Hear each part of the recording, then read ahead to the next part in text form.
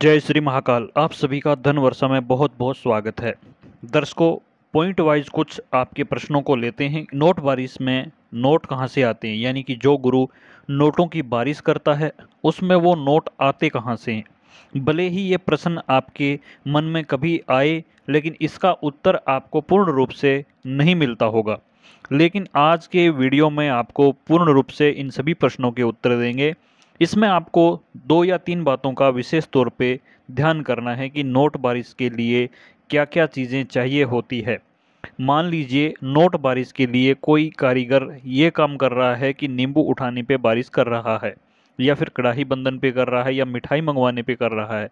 इन सभी हालातों में नोट बारिश का जो काम होता है, या फिर किसी और माध्यम से भी अगर बारिश कर रहा है, तो वो पैसा आता कहाँ से है।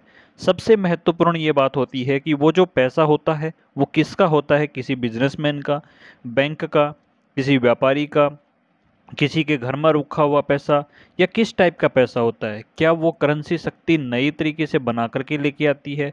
क्या शक्ति वो नोट छाप करके आती है?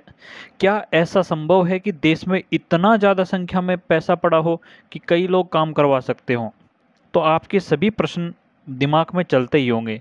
जाहिर तौर पर ये जो पैसा होता है, कभी भी शक्तियाँ जब लेके आती हैं तो ये ब्लैक मार्केट का ही पैसा उठाती हैं। उस पैसे में से अगर आप समझने की कोशिश करोगे तो आपको पता चलेगा कि ये जो पैसा रहता है, या धन रहता है, या नोट रहते हैं, वो चाहे किसी भी माध्यम पे कर लो, लेकिन ये पैसा जितना भी आएगा वो सारा का सारा पेमेंट आपका ब्लैक मार्केट से ही होता है। अब बहुत सारी जगहों के आपको गोडाउन के वीडियोस देखने में आते हैं। ऐसी स्थिति में वो जो गोडाउन रखे होते हैं वो ब्लैक मार्केट का जो पैसा होता है, चाहे किसी नेता का हो, व्यापारी का हो, या कोई बड़े बिजनेसमैन का हो, या फिर कोई 2 नंबर का हवाला वगैरह का काम करने वाले का, किसी का भी पैसा हो। अगर ब्लैक मार्केट का पैसा उस शक्ति को मिल जाता है, जिस समय मान लीजिए कोई कार्य आप कर रहे हैं, उस समय उसको सामने आ जाता है कि ये ब्लैक मार्केट का पैसा है या फिर ब्लैक मनी है।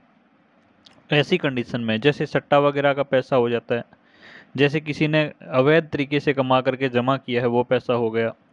वो सारे तौर तरीके के पैसे या नोट या धन जो है वो वहाँ से शक्ति पिकअप करती है, उठाती है।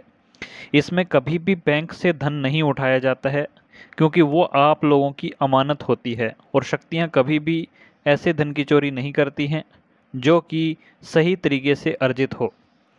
इसमें जितना भी पेमेंट होता है पूर्ण रूप से सारा का सारा पैसा ब्लैक मार्केट का होता है। एक प्रश्न आप लोगों के दिमाग में ये भी आता होगा कि कई बार जो नोटों के ऊपर लाइन आ जाती हैं उसका क्या कारण होता है। नोटों के ऊपर जो लाइन आती हैं उसमें कई सारे कारण हो सकते हैं। पहला कारण, जिस माध्यम से आप नोट बारिश करवा रहे हो उस माध्यम में किसी तरह की कोई कमी रह जाए। कई सारे लोग टीटी पे बारिश करवाते हैं। टीटी की साधना के अंदर कोई कमी रह जाए तो भी नोट के अंदर लाइनें आ जाती हैं, जिसे स्क्रैचेस बोला जाता है। या फिर जैसे साधना तो ठीक से हो गया, लेकिन कार्य करने के दौरान टीटी ने ठीक ढंग से रिस्पॉन्स नहीं किया, उस समय भी स्क्रैचेस आ जाते हैं। या फिर जो कढ़ाई बंधन वाला व्यक्ति था उसने कुछ ऐसा सिस्टम कर दिया या कढ़ाई में कुछ ऐसा डाल दिया जिसकी वजह से भी स्क्रैचेस आ जाते हैं नोटों पे। या फिर जैसे आप 20 नंबर पे, या फिर पानी जहाज़ पे, या फाइटर पे, या उल्लू वगैरह पे कुछ करवा रहे थे, कछुए पे कुछ करवा रहे थे, और उस समय उसकी पीठ के ऊपर या उसके अंदर कुछ दिक्कत थी, या फिर मतलब ऐसा कुछ छपा हुआ था। जैसे प्लेट जो बोलते हैं पानी जहाज़ को, जो प्लेट बोला जाता है, अक्सर ये क्यों कहा जाता है कि प्लेट जो है वो एकदम क्रिस्टल क्लियर होनी चाहिए, साफ़ होनी चाहिए। ऐसा इसलिए बोला जाता है ताकि जो प्लेट होती है वो अगर साफ रहती है तो उस प्लेट के साफ होने की स्थिति में जो भी नोट रखा जाता है वो वैसा का वैसा छप जाता है। लेकिन अगर प्लेट साफ नहीं होती है तो वो नोट की धारियाँ जो होती हैं वो उस पर रेड कलर में बन जाती हैं।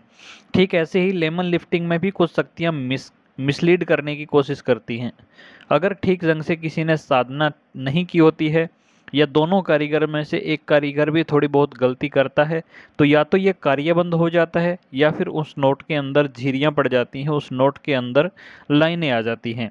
ऐसी स्थिति में वो नोट बैंक में किसी भी तरह से चलने योग्य, या बाजार में, या आम दुकानों पे, या अपने व्यवहारिक लेन देन में चलने के लायक नहीं बचते हैं। तो ऐसे नोटों को फिर बाद में अपने तरीके से ही लोगों को या तो उस करेंसी को कैसे भी कैसे नष्ट किया जाता है।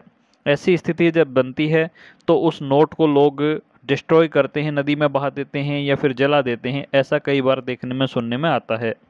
हालांकि नोटों का मुद्रण जो होता है उसके भी कुछ नियम होते हैं, ऐसा करना गलत होता है। परंतु ये तो पूरा खेल ही सही और गलत से परे का होता है, पैराशक्तियों का आता है, तो इसमें कुछ अलग ही कहानियाँ चलती हैं। अगले वीडियो में भी आपको कुछ इसी प्रकार की जानकारियाँ देंगे, तो चैनल पर अगर आप पहली बार पधारे हैं तो सब्सक्राइब करना और बेल आइकन दबाना बिल्कुल मत भूलिए।